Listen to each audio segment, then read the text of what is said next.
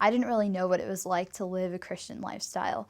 My mother and father both battled with alcoholism. My dad passed away when I was 7 from alcoholism.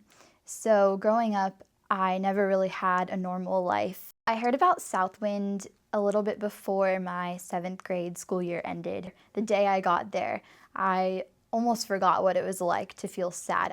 Wednesday night, they had a more serious service. The preacher was telling us the gospel, and all during the service, he had a black chalkboard, and he was writing down the sins that we commit as teenagers on this chalkboard. And he took this giant rock and he threw it through the chalkboard, and it shattered into a million pieces. I was just so unbelievably grateful that someone would come and die for me to take away all my sins as if they were never there. I'm just very grateful that I have the Lord in my life and that He is guiding me and making sure that what happens to me is for the best and for my benefit.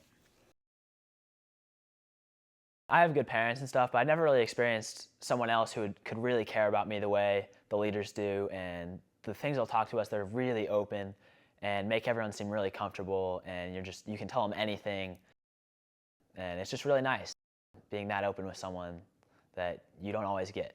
The first defining moment I had at Young Life was the first time that we had the 15 minutes of quiet at Frontier out in Colorado. No one had told me that was coming. It blindsided me. I didn't know we were just going to lay out there and look at the stars. I already believed in God, but I hadn't been exposed so much to how much He forgives people for their sins.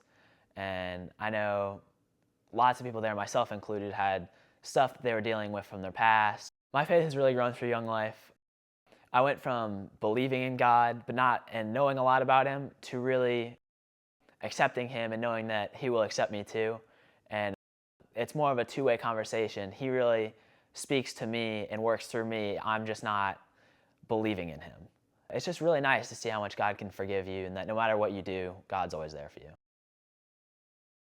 Well, I guess I started Young Life my sophomore year of high school, and I was still kind of in a place where I didn't really know where I belonged. Didn't have like a set group of friends. I was kind of still finding my way around. That was really the first time that I feel like I really was being introduced to God as a person, like a living God, and that really radically changed my life.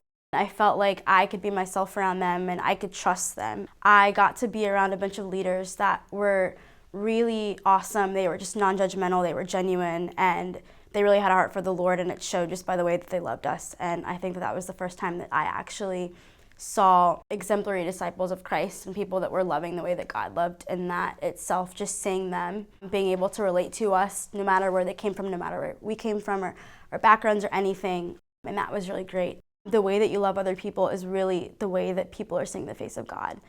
And so that's been really monumental for me, is just kind of being able to imitate what they've taught us through the way that they loved us and the way that I can love other people.